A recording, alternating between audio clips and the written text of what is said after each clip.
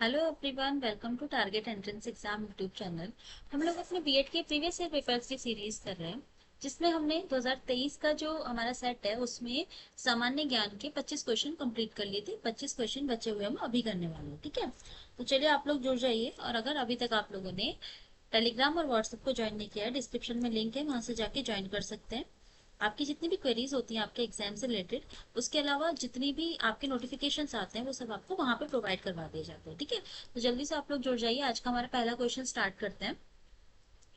आप लोगों के लिए चैट बॉक्स ओपन है, आप लोग अपने आंसर चैट बॉक्स में दे सकते हैं, A B C D जो भी आपको आंसर सही लग रहे हैं, ताकि आपको ही पता लगता रहे कि आपकी प्रिपरेशन कैसी चल रही है, ठीक है। आपके एग्जाम को ज्यादा टाइम नहीं रह गया है, तो इसलिए अच्छे से आप लोग अपनी प्रिपरेशन अच्छे से करते रहिए।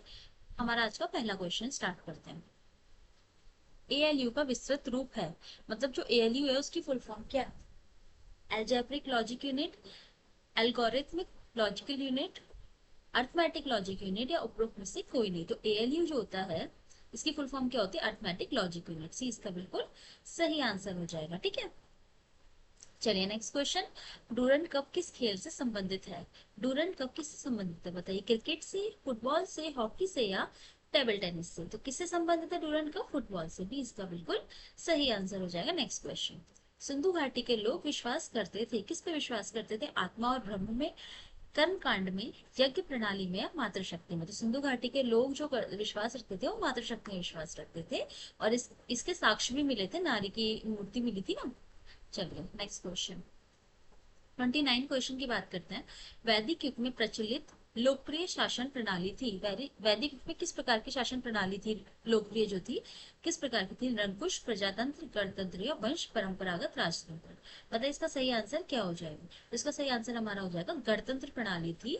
वैसे राजाओं का राज स्टार्ट हो चुका था, लेकिन जो कबीले के लोग थे वो अपने ही लोगों में से कोई एक जो अपना मुखिया कह सकते हैं उसको चुना करते थे, ठीक है। जो समिति होती थी उसी में से अपना राजा चुनते थे, तो एक गणतंत्र प्रणाली उस वक्त पर लागू थी, ठीक है। तो सी इसका बिल्कुल सही आंसर हो जाएगा। 30 क्वेश्चन। 30 क्वेश्चन है। भागवत भागवत धर्म के प्रवर्तक थे, कौन थे बताइए? जनक, कृष्ण, याज्ञवल्क्य, या सूरदास? तो भागवत जो धर्म के प्रवर्तक थे वो कौन थे? कृष्ण। 20 का बिल्कुल सही आंसर हो जाएगा। Next question. जो कला शैली भारतीय और ग्रीक आकृति का सम्मिश्रण होती है उसे क्या कहते हैं? मतलब भारतीय और ग्रीक आकृति के सम्मिश्रण जो शैली है उसे क्या कहेंगे? शिखर, वीरा, गांधार, या नागर? बताइए। तो सही आंसर हमारा क्या हो जाएगा? गांधार। सी इसका बिल्कुल सही आंसर हो जाएगा, ठीक है। Next question. नेक्स्ट क्वेश्चन है हमारा। गुप्तोत्तर युग में प्रमुख व्यापारिक केंद्र था? कन्नौज, उज्जैन, धार, या देवगिरी? जो गुप्तोत्तर युग था उसमें प्रमुख व्यापारिक केंद्र कौन सा था? कौन सा था? कन्नौज था। सी ए बिल्कुल इसका सही आंसर हो जाएगा, है ना। कन्नौज है कहाँ? उत्तर प्रदेश में, गंगा नदी के किनारे। Next question. नेक्स्ट क्वेश्चन है में हमें बताना है निम्नलिखित में से कौन सही सुमेलित नहीं है। मतलब यहाँ पे सूची ए 1 और 2 दे रखी है, आपको बताना है कि किसमें उस सूची 1 में जो चीज लिखी है और सूची 2 में जो चीज लिखी है कौन सी सही नहीं लिखी है एक दूसरे के सामने, ठीक है। तो कुषाण स्वर्ण एवं ताम्र सही लिखा है, गुप्त स्वर्ण एवं रजत सही। सातवाहन में स्वर्ण का प्रचलन नहीं था, स्वर्ण के सिक्कों का प्रचलन नहीं था सातवाहनों में। किसका प्रचलन था? चांदी, तांबा, सीसा, इस टाइप के सिक्कों का प्रचलन था। तो सही आंसर हमारा क्या हो जाएगा? सी। सातवाहन में स्वर्ण का प्रचलन नहीं था, चांदी, सीसा, तांबा इन सब का प्रचलन था। Next question. श्री अजयराज संस्थापक थे, किसके संस्थापक थे? अलवर के, भरतपुर के, अजमेर के, या चित्तौड़गढ़ के? तो श्री अजयराज किसके संस्थापक थे? अजमेर के। सी इसका बिल्कुल सही आंसर हो जाएगा, ठीक है। और ये है, ये कौन से वंश को थे? चौहान वंश को, ठीक है।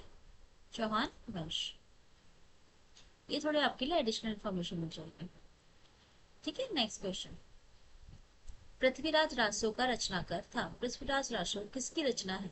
चंद्रबरदाई, हरिहर, नागार्जुन या रवि? बताइए। तो सही आंसर हमारा क्या हो जाएगा? चंद्रबरदाई। ये तो बहुत क्वेश्चन आता है ना, आप लोगों ने कई बार देख लिया होगा डिफरेंट एग्जाम्स में, या पीवाईक्यूज में ही आपने 1-2 बार इस क्वेश्चन को देख लिया होगा। चलिए नेक्स्ट क्वेश्चन की तरफ बढ़ते हैं। नेक्स्ट क्वेश्चन है हमारा।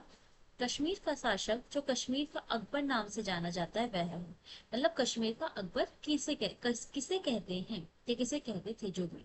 शमशुद्दीन शाह, सिकंदर, बुतशेखनर, हैदर शाह जैनु उल आबदीन, तो किसे कहा जाता है? जैनु उल आबदीन को। ए बिल्कुल, सॉरी, डी इसका बिल्कुल सही आंसर हो जाएगा। Next question.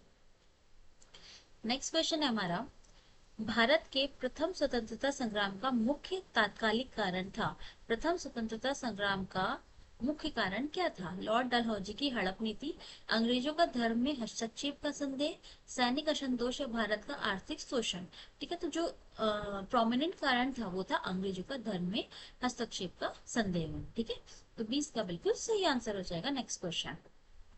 नेक्स्ट क्वेश्चन हमारा, 1857 की क्रांति में अंग्रेजों व जोधपुर की संयुक्त सेना को पराजित करने वाला था।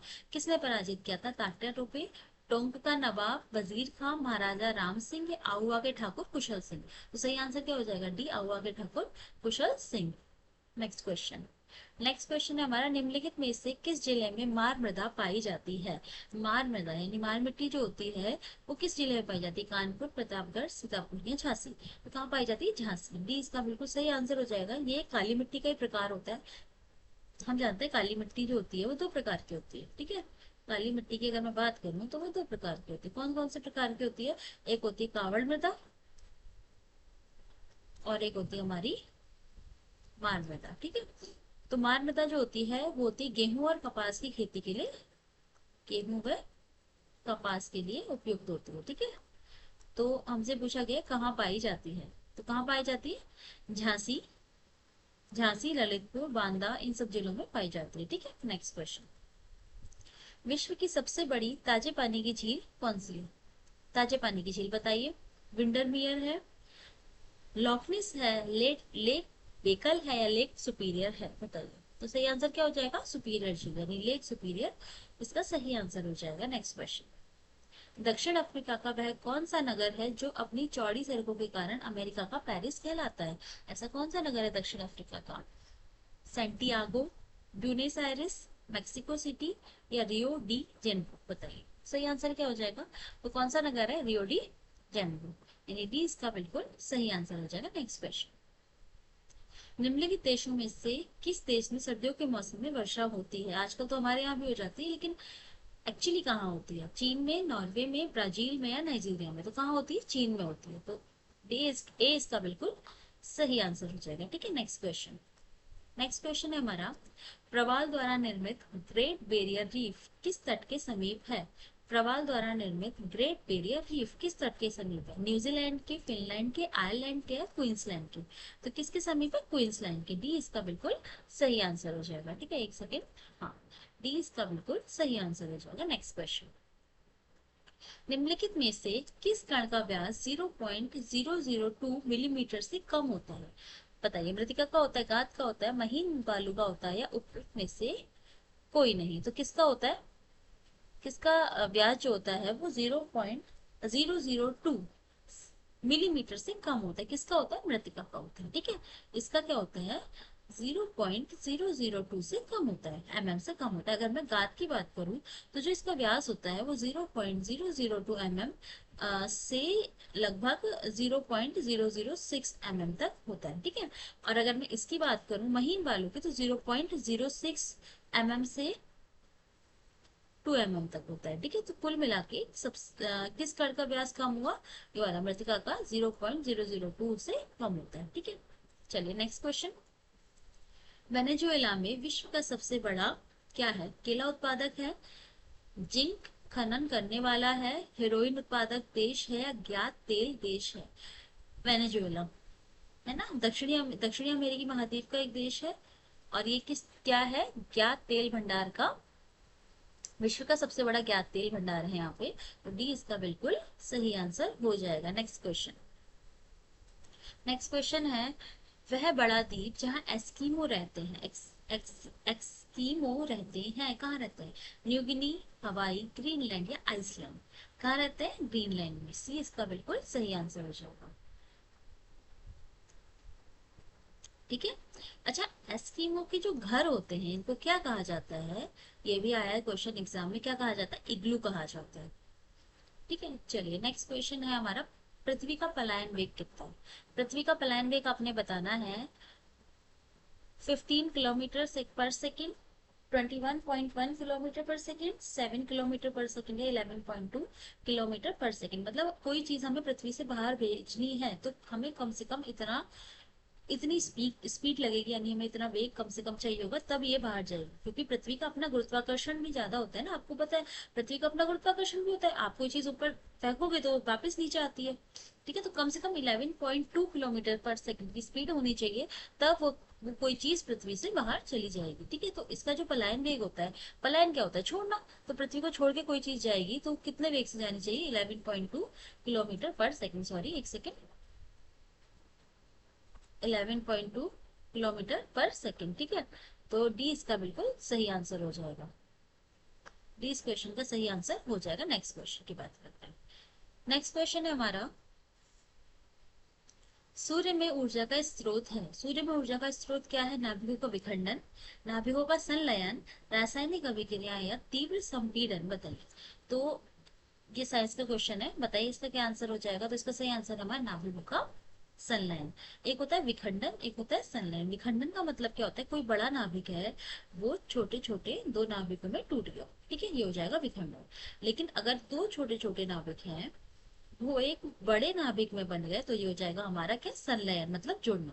ठीक है, तो हमारा क्या होता है, सूर्य में जो ऊर्जा का स्रोत होता है वो क्या होता है, नाभिकों का संलयन। संलयन उसमें होता क्या है कि चार हाइड्रोजन के चार हाइड्रोजन के नाभिक, बस ये आपके एडिशनल नॉलेज के लिए, ठीक है।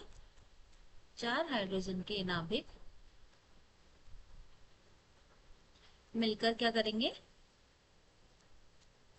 एक हीलियम का नाभिक बनाएंगे। ठीक है, एक एच का नाभिक बनाएंगे। ठीक है, नेक्स्ट क्वेश्चन की बात करें। नेक्स्ट क्वेश्चन है हमारा, राष्ट्रीय वन नीति के अनुसार निम्न में से कौन सा वर्ग संवर्ग नहीं है। ठीक है, राष्ट्रीय वन नीति के अनुसार राष्ट्रीय वन, राष्ट्रीय उद्यान, संरक्षित वन या ग्राम वन। तो अगर मैं राष्ट्रीय वन नीति की बात करूं, राष्ट्रीय वन नीति के अनुसार कब हुई, 1952 के अनुसार वनों को चार भागों में विभाजित किया गया। कौन कौन से चार भाग हो जाएंगे वो, अगर मैं चार भाग की आपसे बात करूं, तो एक होता है हमारा संरक्षित वन, एक होता है हमारा राष्ट्रीय वन, एक होता है हमारा ग्राम वन, और हमारा आखिरी होता है वृक्ष भूमि। ठीक है, अब आप देख लीजिए कि कौन सा इसमें नहीं है, राष्ट्रीय वन है। अगला क्वेश्चन, अगला है राष्ट्रीय उद्यान, राष्ट्रीय उद्यान नहीं है, राष्ट्रीय वन है, राष्ट्रीय उद्यान नहीं है, संरक्षित वन भी है और ग्राम वन भी है। तो सही आंसर हमारा क्या हो जाएगा, बी इसका बिल्कुल सही आंसर हो जाएगा। हमसे तो ये पूछा है कौन सा संदर्भ नहीं है, कौन सा इसके अंतर्गत नहीं आता। नेक्स्ट क्वेश्चन, निम्न में से कौन सा तत्व परमाणु ईंधन की श्रेणी में नहीं आता। ऐसा कौन सा तत्व है इनमें से, कैडमियम, थोरियम, प्लूटेनियम या यूरेनियम, बताइए। तो सही आंसर हमारा क्या हो जाएगा, कैडमियम। कैडमियम जो तत्व है वो हमारे परमाणु ईंधन की श्रेणी में नहीं आता। तो ये इसका बिल्कुल सही आंसर हो जाएगा। तो आज हमने 2023 के जो बचे हुए 25 क्वेश्चन थे, आज हमने वो कंप्लीट कर लिए हैं। तो इसका मतलब हमारा 2023 का सामान्य ज्ञान का सेट कंप्लीट हो चुका है। ठीक है, तो कल फिर मिलेंगे एक नए सेट के साथ। तब तक के लिए थैंक यू सो मच। आप लोग अपनी प्रिपरेशन अच्छे से करते रहिए। ठीक है।